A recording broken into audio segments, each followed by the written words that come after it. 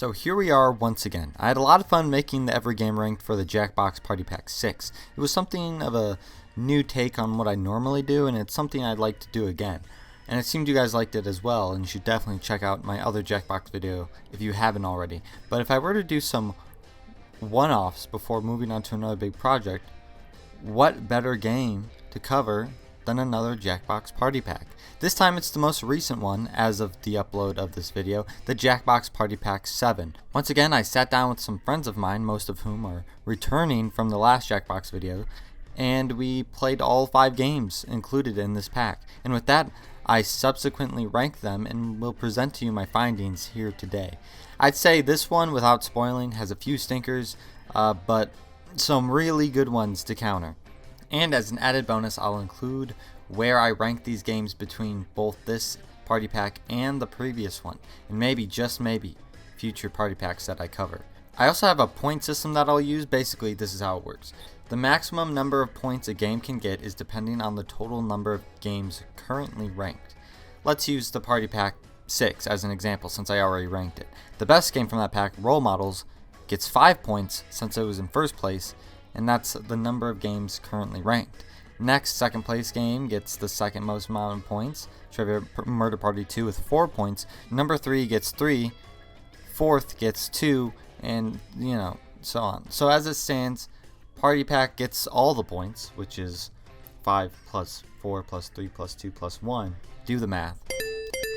But now, as I get more games ranked, the points will fluctuate. So with all that covered, let's get into the Every Game ranked, the Party Pack 7.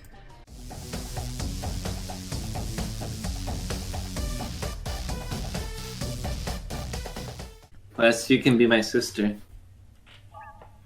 Gross. Can you be a boy so we can be brothers? No way. Starting off the list, we have one of the stinkers. This one is called Devil and the Details, in which you and your co-players are a demon family, acting as a normal suburban one.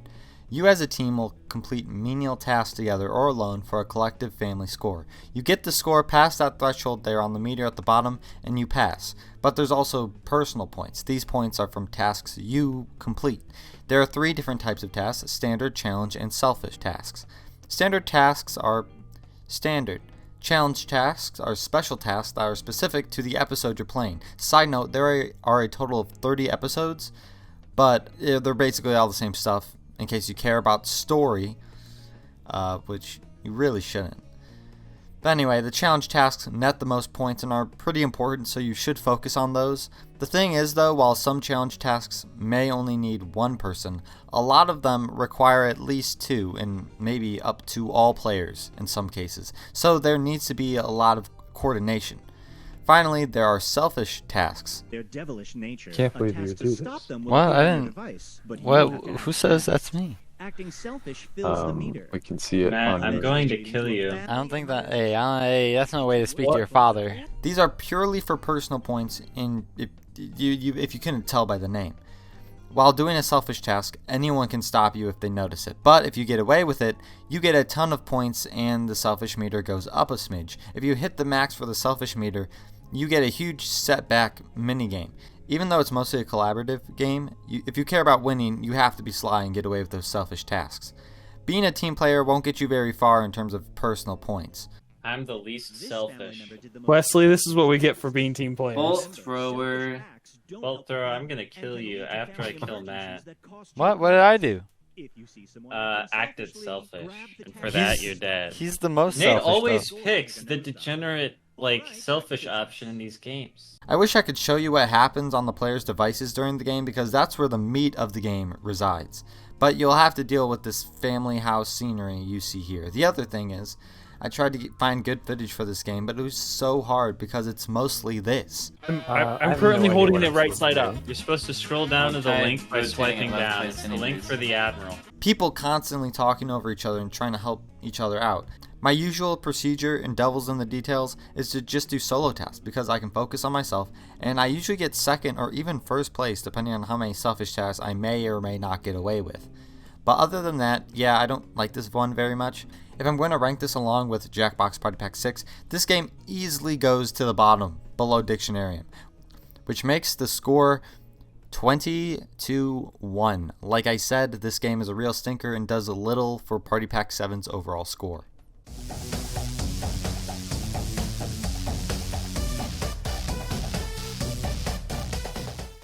Why is she talking like that? That's her voice, And teamwork is rewarded. I think. So talk out loud and work together. Well, she's talking like she's teaching a room of second Yeah, graders. like I'm like 3 years old. Maybe you are.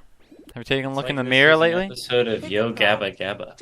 Next up, we have Blather Round. This game is all about forming sentences using Mad Lib-like sentences with blanks and a predetermined set of nouns and adjectives to fill out said blanks. Really, I just explained most of the game already. It's really quite simple. I'm gonna apologize in advance. No one's gonna understand this. And we're off. Nicholas Cage. President. You're given 3 possible prompts and you choose one of them to form a sentence with. Then, when it's your turn, other players guess what your chosen prompt is while you continue to form new sentences in an attempt to whittle it down for the players to guess, even though those new sentences can be a bit interesting. Where you stitch the human, what a sentence. You can say that your prompt is similar to something someone already guessed and that nets that person points. Obviously, the faster the people guess your prompt, the more points you get. In fact, there have been quite a few instances where the prompt was just guessed literally right out the gate on the first try. On one occasion, twice in a row. Alright, everyone, the category is place. It's a dark, not good zone. What? I was typing that too. Thanks. There's those 1,000 points. Alright, let's go. Let's see if you guys can get this. One shot. It's a mysterious ancient construction. And so it begins. Oh my Oh, god. let's go! I will admit sometimes it wasn't deserved. It's a dark pop culture. Yo! God, Let's what is go! Topical. Dang. Hot topic is a hot topic tonight.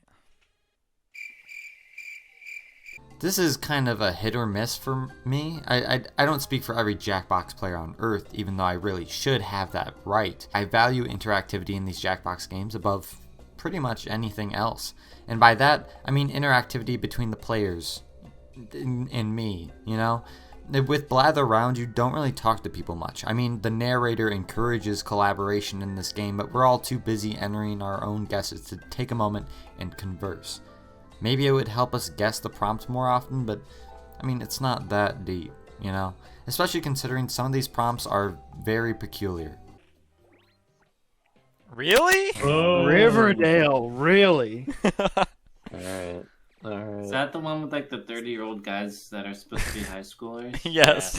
But I mean, that's Blather Round. Overall, it's just okay. That being said, I'm having a little trouble placing it on the master ranking. I hate to say it, but the lack of interactivity in Blather Round exceeds even Dictionarium, and that was a complaint I had of Dictionarium if you remember that video. So, that being said, I have to place Blather Round under Dictionarium. Now that brings the score to 25 for Party Pack 6 and 3 for Party Pack 7.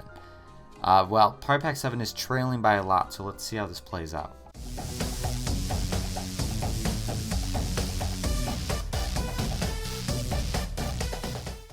I feel like all the ones with lots of character that I actually like are already taken. Maybe I should be this green star, but I feel like that's a little too quirky. A little too manic pixie dream girl for my tastes. Who doesn't know Whiplash? It's the classic Jackbox game. Well, technically, you don't know Jack was the definitive classic Jackbox game since it was around before Jackbox.tv was, but Whiplash is the game most people are introduced to when they're just learning about Jackbox games. I feel like I shouldn't even have to explain the game since it's so simple and everyone has probably played it.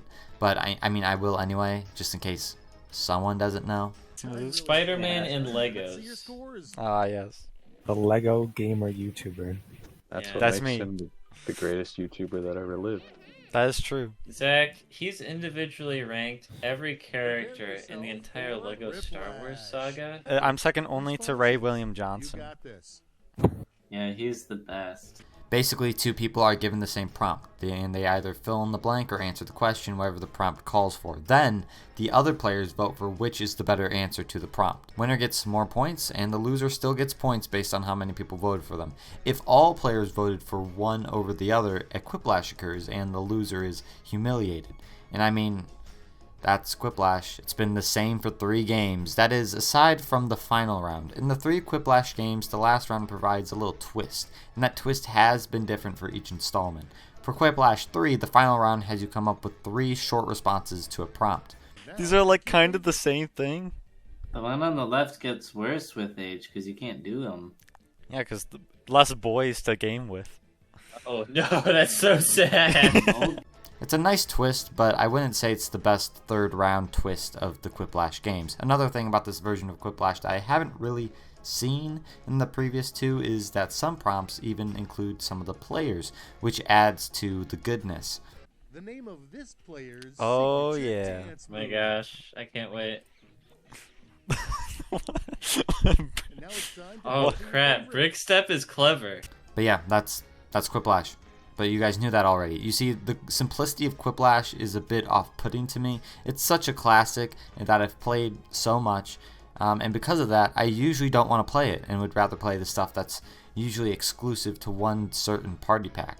That doesn't mean there aren't some real good moments in Whiplash, though. And yet your grandmother hates you. What's up with people hating people this round? Now it gets real. Pick your favorite. Oh These no. ones are good. Man, I'm so lucky my grandmas can't use the internet. Quick, how do you ruin a romantic picnic? Oh no. Boy. What was that? Hey, Look, hey, The hey, fart? Is this the answer?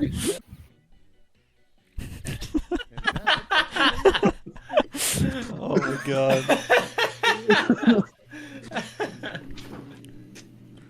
Okay, that first one sounds like a real nail polish color.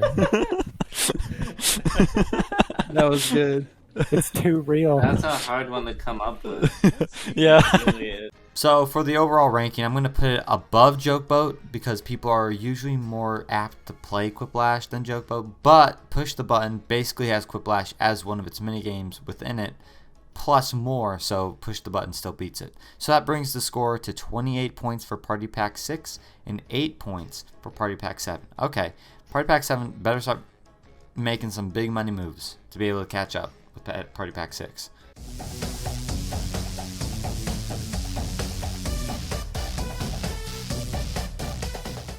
Hello, my name is Wes, and my talk is... Well, basically my life is founded on one simple principle. Farting in public should be legalized. Oh boy. This one is great, but you have to be comfortable with public speaking. Except, this isn't really public speaking unless you're playing with people you don't know. This is Talking Points, a game all about impromptu speeches. Who is responsible for this? Amazon. Now, a feeling of guilt that will truly last is the knowledge that Jeff Bezos spent $50 billion to go to space, and we funded it. We should all fart in front of his house. Well, now he's in space. This game is pretty simple to understand, but it's all about execution of the player to see how it goes, you know? The game starts out with you filling sentences for possible speech topics for other people. Then each person gets 3 randomly generated topics from the ones the players just filled out. Then each player gets a turn to make up a speech based on what they chose. Kids, your mother brought me here to talk to you about the fluctuating Robux economy, which is very important to my heart as a frequent user of Roblox. And I was just like you once. And here's a bar graph showing how the fluctuation of the Robux economy. However, they have an assistant, which is another player. The assistant chooses the visuals with which the speaker will have to try to connect the visual with the speech topic. There are a total of 3 pictures, and the assistant will choose for the speaker. The audience can upvote or downvote of the speech as it goes along, but it will be represented in a chart at the end of the speech where the points will be awarded to both the speaker and assistant.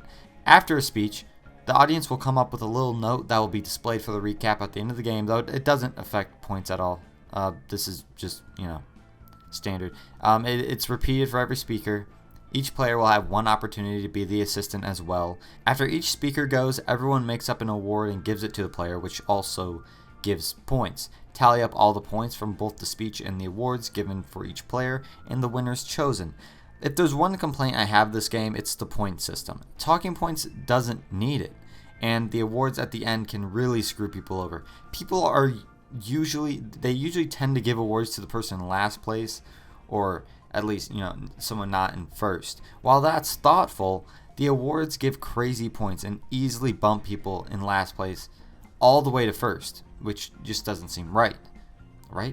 But in the end, the points really don't matter at all, and I find this game really fun. It all started when my granddad was driving his 2011 Mercedes-Benz and we hit a light post in the city of Delaware, Ohio.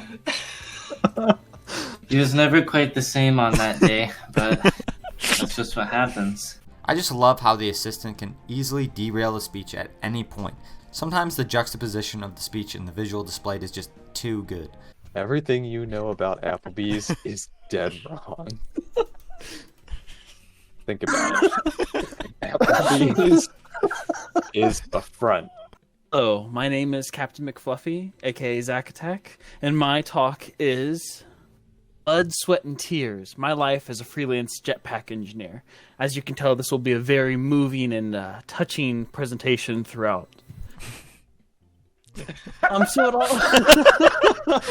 Oftentimes, you'll get a visual that's so bizarre that it just stumps the speaker entirely.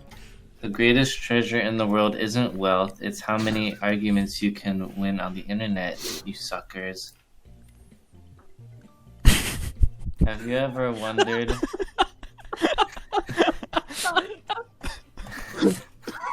Have you ever wondered what's more valuable? Legos or armadillos? But sometimes the assistant will be nice enough to choose the visuals that best complement your speech. One time we played with someone whose mic wasn't working, and she did her speech in Discord chat. It was possibly the closest thing I've ever seen to a train wreck in real life. To fully understand the greatness of talking points, here's a full uncut speech that I did that best represents this. I clipped the audio quite a bit in this speech, and I tried my best to fix that in post, but take a gander at my speech about speed. Hello, my name is Matacito and/or Snazzy S, and my talk is: start every day by looking in a mirror and screaming the following mantra: Speed. I am speed. Now, as you can see, a lot of us religious folk like to start our Sundays in the house of God, and to that I say there's no better place to scream the mantra, speed, I am speed. Many a time I busted in and my pastor says, get this man out of here, while I scream my mantra for an inspiring the youth. You may be asking yourself, am I the problem? Yes, and here's why. So this is my attire on the way to the church where I scream my mantra to inspire the youth. I'm in a chicken suit because a lot of people there's a negative connotation around chickens, that they are cowardly. And to that I say pish posh, because I'm speeding my way, like that movie Speed with the bus, where if you go under a certain amount of miles per hour you'll explode. And I live that every day. All I'm asking for is blind faith in me and my vision, which is the following. Listen, I'm not kidding about the bomb on the bus. It's not a metaphor. It's not like I can't stop. And if I do stop, I'm going to die. I need someone to please help me. Thank you. This might be controversial, but I'm ranking Talking Points above Role Models, the best game of Party Pack 6. That brings the score to 28 for Party Pack 6 and 17 for Party Pack 7. Party Pack 7 needed a heavy hitter or two if it wanted to catch up with Party Pack 6, and it looks like it's doing just that.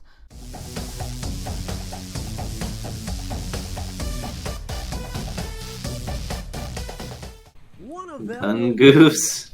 Isn't that? It's Grand Goose with a gun. I didn't know what the heck to do about Magical this. creatures. I think Gun Goose is a magical creature. Now, while the first 3 games I discussed were a little subpar as far as Jackbox games go, in my humble but also correct opinion, these last 2 really pull the weight for Party Pack 7. I feel like this is the one talked about most when it comes to this party pack, and it is well deserved. Anyway, this is the drawing game, meaning that people either love it or hate it. I've played a lot of Drawful, the OG Jackbox drawing game, and people either love it or hate it because they don't have confidence in their drawing skills. If you're the latter, just know that we only judge a little bit. But I've noticed that people usually are more apt to play Champed Up, despite it also being a drawing game. I think it's because the amped up nature of this game gets people more excited. I mean, really, the soundtrack is a banger for Champed Up. Anyway, let's go over the process of this game. First, you draw a champion from the prompt given. The prompt is always champion of blank, and that blank can be anything, and I mean anything, even players' names. The champion of terrifying this player.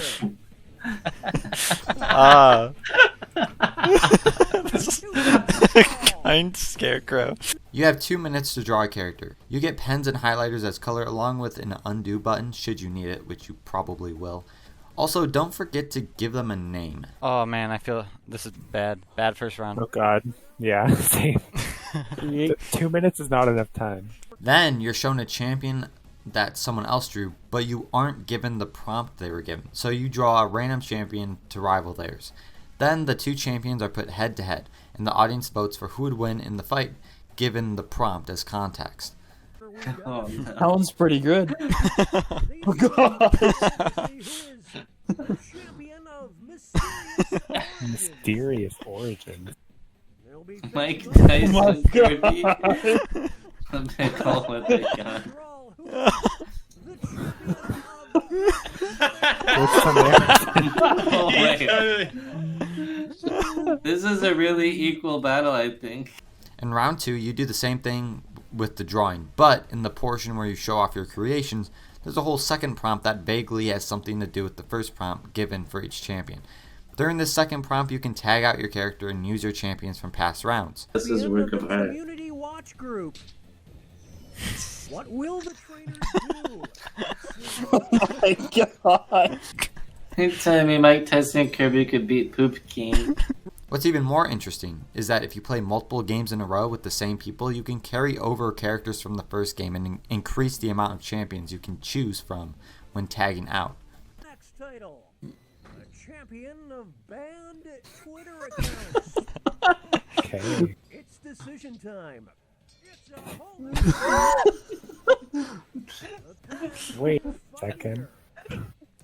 You think Poop King doesn't have banned Twitter accounts?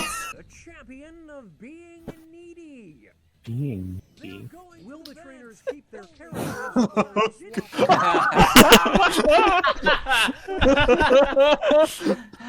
That's really lucky with these things you're getting from that homeless guy. So them's the rules of Champed Up. Something that is a point of contention is the act of quote-unquote plagiarism in this game. Basically, a lot of people, myself included, tend to just make a more extreme version of what the first person drew. Versus. You guys need to stop. Do it again. All of these are just. You need to stop.